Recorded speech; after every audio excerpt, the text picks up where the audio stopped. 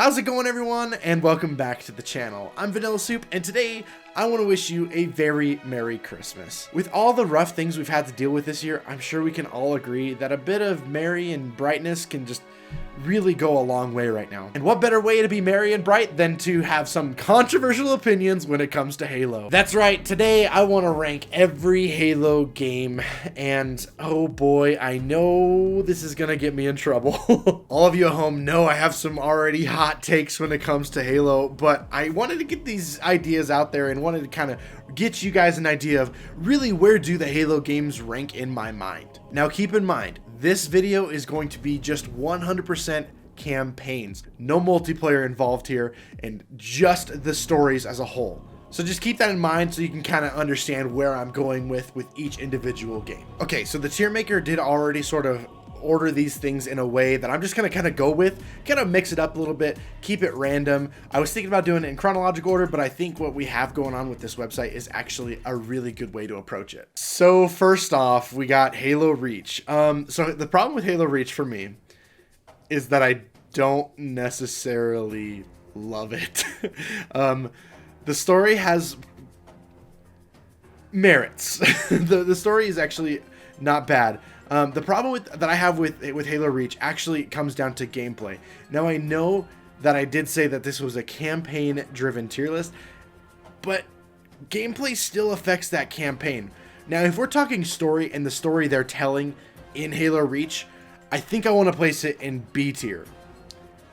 But then I kind of get to the gameplay of Halo Reach, and with all the mechanics they introduced, and with the weapons they have, and with the vehicles they have, I don't know if I actually want to keep it there. But if we're just going off of just pure story, nothing else, I think Halo Reach is going to be a B tier. It has some very memorable moments from all the Spartan deaths, spoilers by the way, and just all the things that make Halo great are truly there. Like the music absolutely is incredible. Everything about Halo Reach's story is really good. When I played it back in the day, I actually was kind of peeved at it because I'm like, well, this isn't Master Chief. This isn't a real Halo game. But I played it over the years, and as I grow older, I'm on better terms with Halo Reach. It's a solid B. After all that's being said and done, it's a solid B. Now, if I ever end up making a multiplayer tier list, I don't know. I don't see Halo Reach making the cut into the B tier. I'm going to be honest with you. So moving on to Halo 2. Okay, here's the thing. Halo 2 has it all. I'm going to place it here for now, and I'm going to explain myself. I think the S tier should be the best of the best. Halo 2 definitely is like top tier. It's S or A for sure. But there's a few other games, well, okay, a couple other games on this list that I think are deserving of that top tier.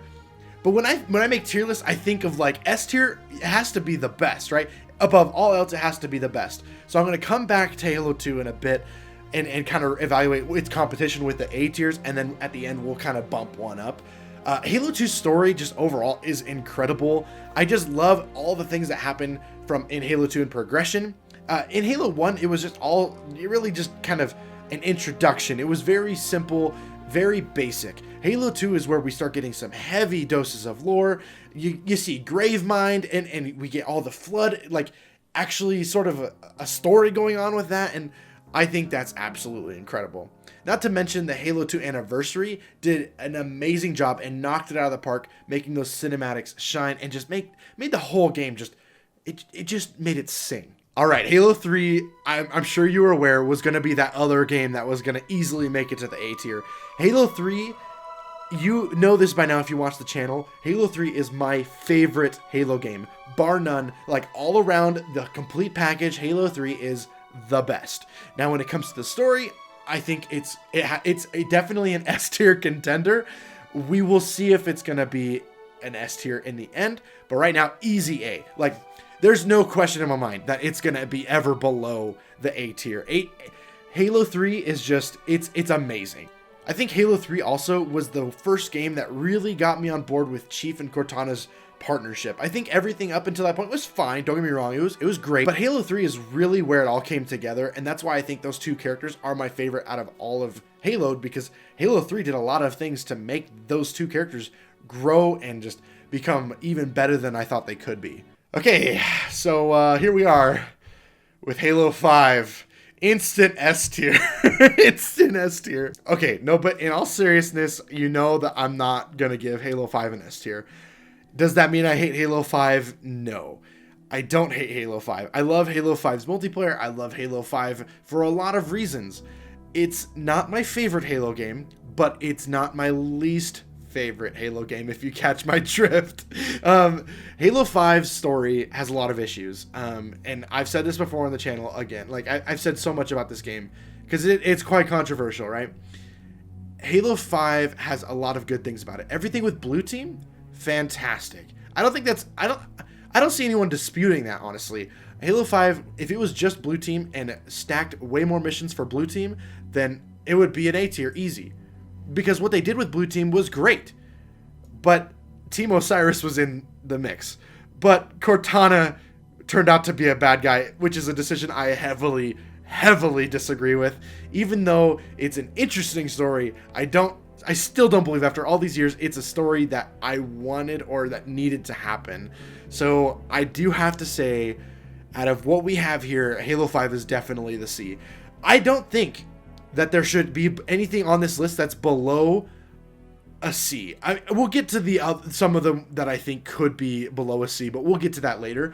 But Halo games in general just have such a high bar. I don't see me like disliking any of them. I still feel like Halo 5, even though it's not the greatest Halo game, it's still a fantastic video game. And I don't think that in any world that means that Halo 5 would be below a C tier. Okay, so Halo Wars 2 is a fantastic game. I'm just going to put it right here. I'm not saying that's the final verdict, but I'm just going to say that. I'm just going to leave it there. Halo Wars 2, story-wise, is fantastic. It really just takes a giant dump on Halo 1. I like not Halo 1, but Halo Wars 1. I like Halo Wars 1's story, but Halo Wars 2 just escalated everything in the universe. And the tie-ins that we had, even the subtle ones, to the rest of the Halo universe was just absolutely incredible. It introduced the Banished. It introduced Atriox, which is going to be our next big bad in the mainline Halo games. So I really don't think Halo Wars 2 has anything going against it in the story. I think Halo Wars 2 is as good as they come. It is just a phenomenal game. The gameplay obviously is different from a regular Halo game. I mean, we know this, right? But it's still a fantastic campaign. And again, remember, we're judging these off of their campaigns. We're only judging the gameplay slightly if it's like gonna interfere with the story itself. So now we get on to Spartan Assault. I'm gonna say this. I'm gonna put it in never played because I haven't ever finished it and given it a good fair shake. I've played it and then I've stopped playing it and I picked it up and finished it, but I never like sat down or like throughout a period of a week or so just played the game. I don't think I can give it a fair shake because it shouldn't be surprising that this mobile game is not on the same tier. It's not even on the same playing field as the rest of the Halo franchise, but it's on this list, and I really think it's only fair to at least express my opinions on it.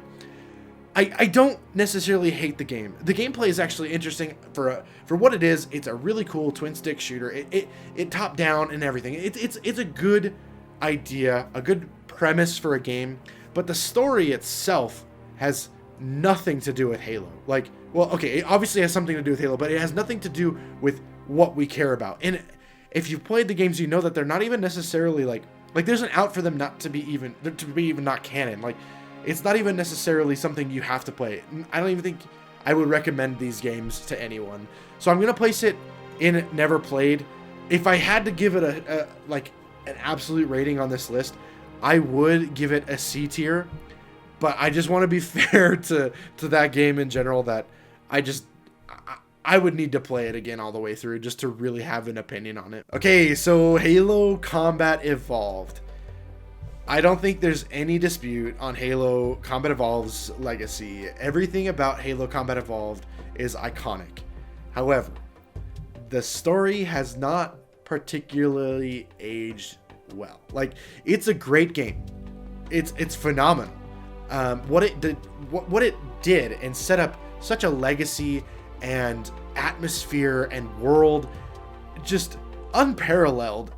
even to this day, I struggle to like not compare new franchises to like how I felt when I played Halo Combat Evolved for the first time.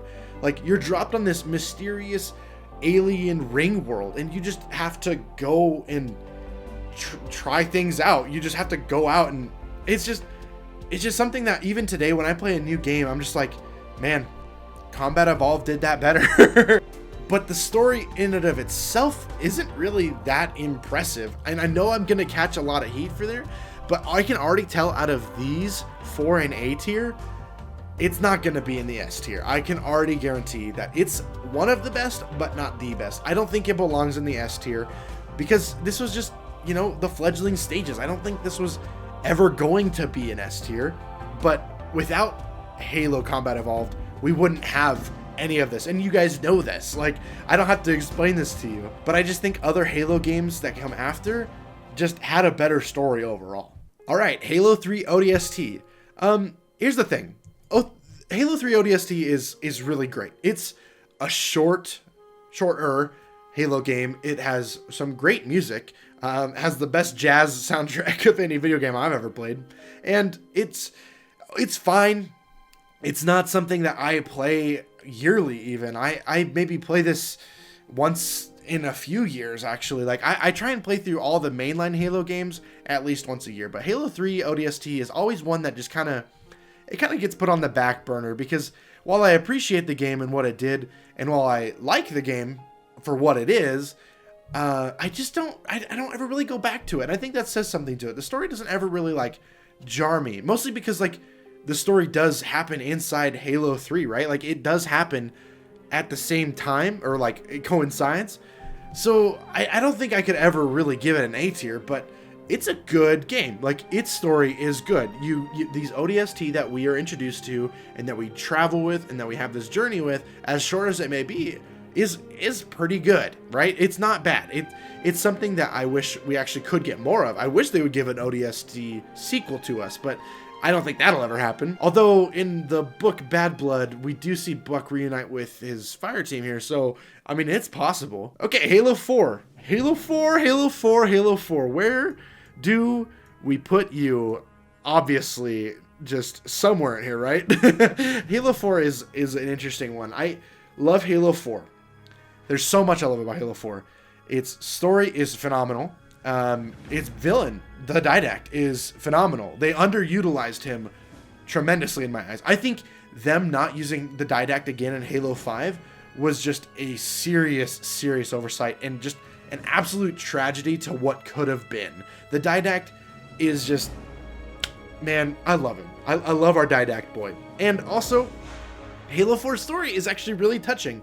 I love the relationship between Chief and Cortana being taken to that next step in their friendship, and just like everything that they've had to go through together. You kind of see their friendship and their relationship kind of come to this climax, this area of just like where it's all been leading with them. And unfortunately, it ends badly for one of our heroes. And that's really sad. But that is different than what I see in Halo 5. This was a believable and interesting and really almost necessary step for the franchise to take as far as story goes.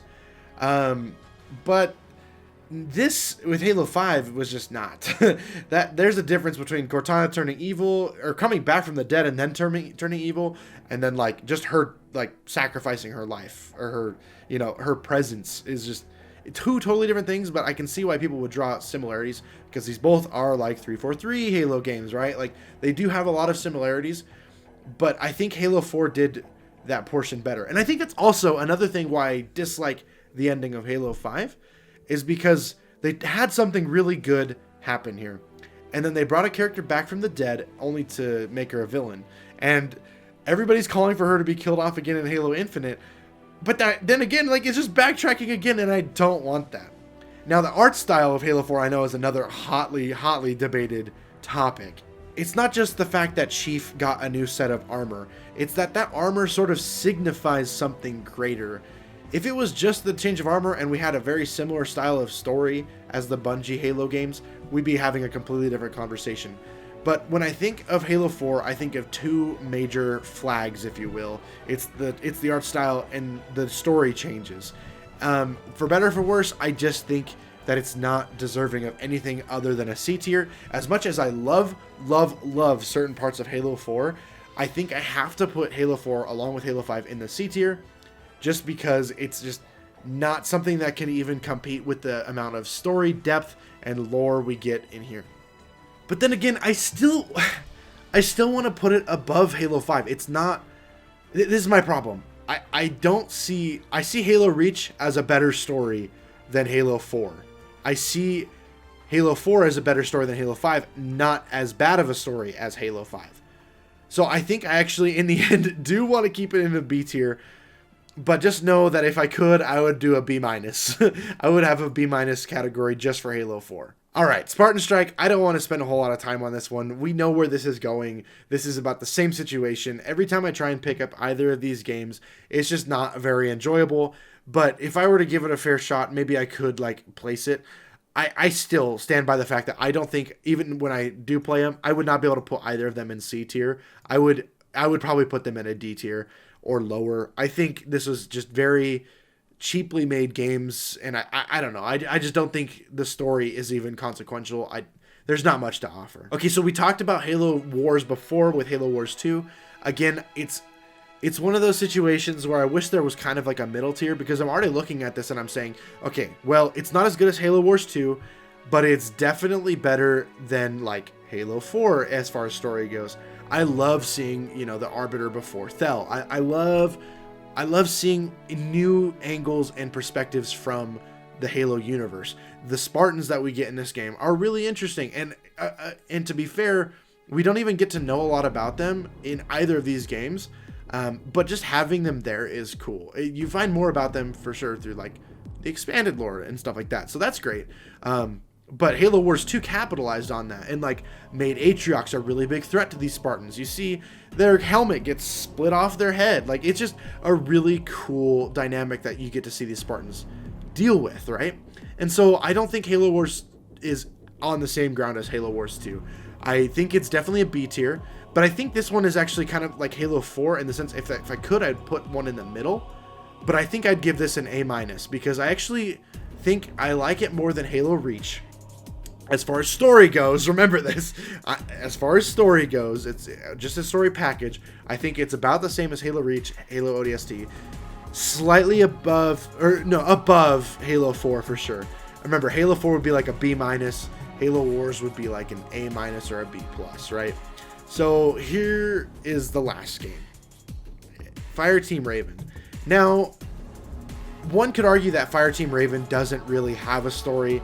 I actually really enjoy this game. I've played it a few times, actually. I spend quite a bit of money whenever I go to Dave & Buster's to play this game all the way through. I really enjoy it. I think it's a fun game. It's very arcadey, obviously. It's an arcade game. I think it's something that really is just, it doesn't have a story. So it doesn't have much of one anyways. I can't justify giving it anything other than a C. And that's really sad to see that Halo 5 story is on the same threshold as a game that doesn't even have a story for me. Also, another thing that Fireteam Raven has going for it is that Chief is involved. You see Chief pop up a couple times, and that is awesome. We love seeing Master Chief. But again, just with no real story to sink our teeth into, I can't rank it any higher than a C. All right, now the final step. Now we have to decide which one of these games is going to make its way into the S tier. This might be a hard one, and this might be a controversial one. But I don't make Halo content to just echo other people's opinions. I give my Halo content out to be my Halo content. And so whatever my decision is, that's me. So I hope you guys can appreciate that I'm just being authentic here, right? So automatically, like I said, I know that Halo Combat Evolved is not going to be the S tier. I don't think Halo Wars 2 can make it either. So really it comes down to Halo 2 and Halo 3. And I think I got... Oh man, this is actually really hard. I think I gotta give it to Halo 3. Halo 3 is the definitive Halo game for me. It hits all the right notes on the story. It hits... If we were going to talk about multiplayer, we could talk about multiplayer too, but as far as the story goes for Halo 3, it's just the best of the best. It does not get better than Halo 3. Also, getting to see Arbiter and Chief team up in this game was just absolutely mind-blowing as a kid, and I still have tons of fun with me and a friend playing through this game today. I love having one of us be chief and one of us being arbiter. It's a good time. So yeah, I'm sticking with that. Halo 3 is definitively the best Halo story ever. But anyways, that's it for me today, guys. I really hope you enjoyed this video. If you have your opinions, definitely let me know in the comment section down below. I really want to know your thoughts and your opinions.